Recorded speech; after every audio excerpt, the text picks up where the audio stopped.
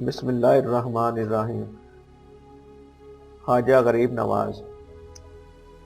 خواجہ خواجگان معین الدین، اشرف اولیاء برائے زمین، ولادت 537 ہجری مطابق 1142، وصال 634 ہجری مطابق 1236۔ سلطان الصالحین، عطائے رسول، ہند الولی، قطب المشائخ، خواجہ خواجگان حضرت خواجہ معین الدین حسن سنجری چشتی اجمیری رحمۃ اللہ علیہ، بتاریخ 14 رجب المرجب 537 ہجری بروز دوشنبہ بوقت فجر خراسان کے قصبہ سنجر میں نجیب الطرفین حسنی حسینی خانوادہ سادات میں پیدا ہوئے۔ آپ کے والد ماجد خواجہ غیاث الدین حسن رحمۃ اللہ علیہ شہر کے بڑے رئیس تاجر تھے۔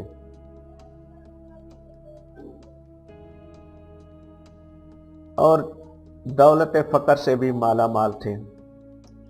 آپ کی والدہ ماجدہ بھی بڑی عابدہ، زاہدہ اور خدا ترس محیر خاتون تھی۔ آپ نے ابتدائی تعلیم اپنے والدین ہی کے زیر سایہ پائی۔ 15 سال کی عمر میں اعلیٰ تعلیم کے لیے آپ نے سمرقند بخارا کا صبر آزما سفر اختیار فرمایا،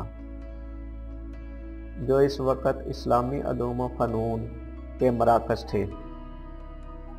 یہاں آپ نے قرآن پاک حفظ کیا، پھر تفسیر، حدیث، فقہ اور دیگر علوم منقول و معقول کی تحصیل کی۔ اس کے بعد غیبی اشارہ پا کر تکمیل باطن کے لیے مرشد کامل کی تلاش شروع کی۔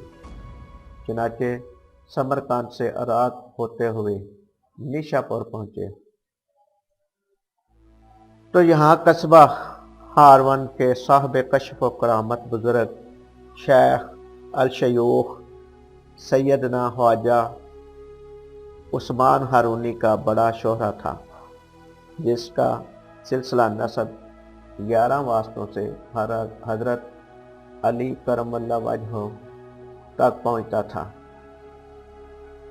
آپ نے ان کے دست حق پر پرست پر بیعت ہونے کی سعادت حاصل کی۔ اس کے بعد آپ شب و روز مرشد برحق کی خدمت گزاری کے ساتھ ساتھ عبادت الہی میں مشغول رہنے لگے۔ ایک دن حضرت شیخ نے آپ کی خدمت گزاری کے ساتھ صحت، عبادت و ریاضت پر ناز کرتے ہوئے فرمایا، معین الدین محبوب خدا ہیں، مجھے ان کی مریدی پر فخر ہے۔ اس کے بعد جب حضرت شیخ نے حج بیت اللہ شریف کا سفر اختیار کیا تو آپ سراپا خدمت بن کر ان کے ساتھ ساتھ رہے۔ آخر طواف کعبہ کے بعد مذاب رحمت کے نیچے آپ کے مرشد پاک نے اپنے اس مرید باصفا کا ہاتھ پکڑ کر بارگاہ رب العزت میں پیش کیا اور آپ کی مقبولیت کے لیے دعا فرمائی۔ اس وقت غیب سے ندا آئی، معین الدین ہمارا دوست ہے، ہم نے اسے قبول کیا اور اسے عزت بخشی۔ اس کے بعد مدینہ منورہ میں روضہ اقدس پر بصد عجز و نیاز آپ نے صلاۃ و سلام پیش کیا تو حریم ناز سے جواب آیا، وعلیکم السلام یا قطب المشائخ۔ یہ بہت بڑا اعزاز تھا۔ یہ خطاب خاص پا کر آپ اسی رات زیارت رسول صلی اللہ علیہ وآلہ وسلم سے بھی مشرف ہوئے، جس میں آپ کو تبلیغ اسلام کے لیے ولایت ہند عطا ہوئی۔ عطائے رسول صلی اللہ علیہ وآلہ وسلم کے اس اعزاز خاص کے بعد مرشد کامل نے حلقہ شریف عطا کر کے آپ کو اپنی خلافت عظما سے بھی نواز دیا۔ یہاں سے سرفراز ہو کر بغداد شریف حاضر ہوئے، جہاں آپ نے حضرت سیدنا غوث اعظم محبوب سبحانی شیخ محی الدین عبد القادر جیلانی کی خدمت میں حاضر ہو کر قلعہ کشی اور بیش بہا فیوز باطنی سے نوازے گئے۔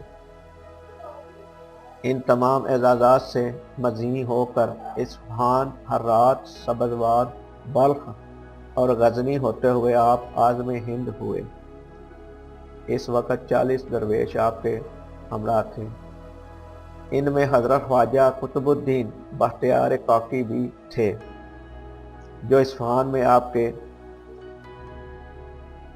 ارادت میں شامل ہوئے۔ بعد میں یہ آپ کی خلافت عظما سے نوازے گئے۔ غرض یہ کہ غزنی ہوتے ہوئے ملتان کو آپ نے اپنے قدموں کی برکت سے نوازا، پھر ملتان سے لاہور تشریف لائے اور حضرت دادا گنج بخش کے مزار اقدس پر بصد خلوص سو محبت قلعہ کشی کی اور فیوز باطنی سے مالا مال ہوئے۔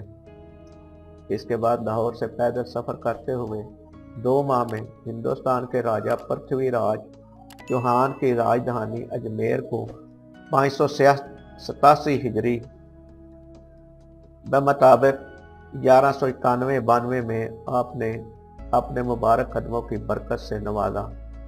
وہاں آپ کے فیض روحانی کی یہ فراوانی تھی کہ جس پر نظر پڑتی مسلمان ہو جاتا۔ پڑے ہے بزم میں جس شخص پر نگاہ تیری، وہ منہ کو پھیر بھی کے کہتا ہے اف پناہ تیری۔ راستے میں 700 ہندوؤں کو مسلمان کیا، جدھر جدھر سے گزرے نور ایمانی پھیلاتے گئے۔ چنانچہ ہندوستان میں آپ کی تشریف آوری زبردست روحانی انقلاب کا پیش خیمہ ثابت ہوئی۔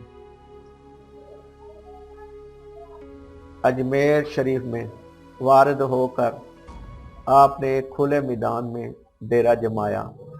وہاں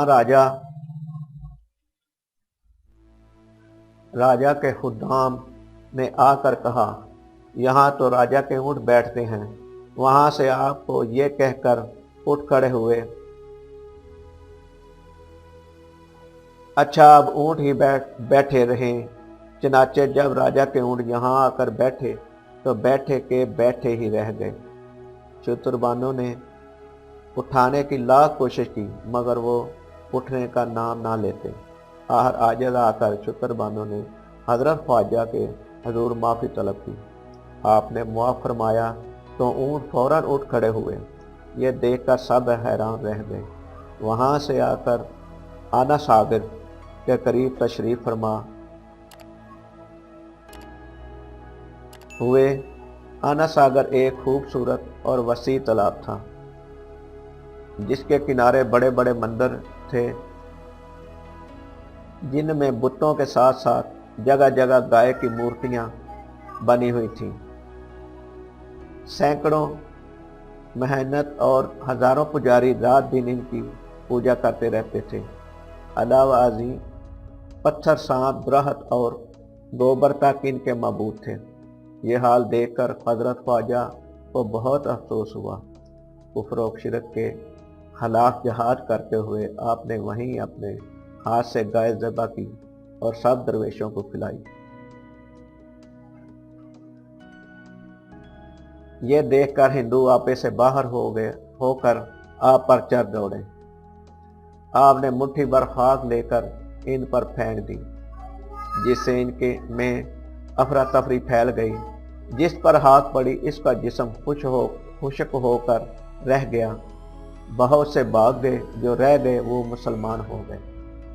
اس طرح کفر و شرک کے ظلمت کدے میں آپ نے توحید کی شمع روشن کی۔ جلوہ گر آفتاب ولایت ہوا، حق کے انوار ہر سو بکھر جائیں گے۔ سیاہ کفر کافور ہو جائے گی، نور وحدت سے چہرے نکھر جائیں گے۔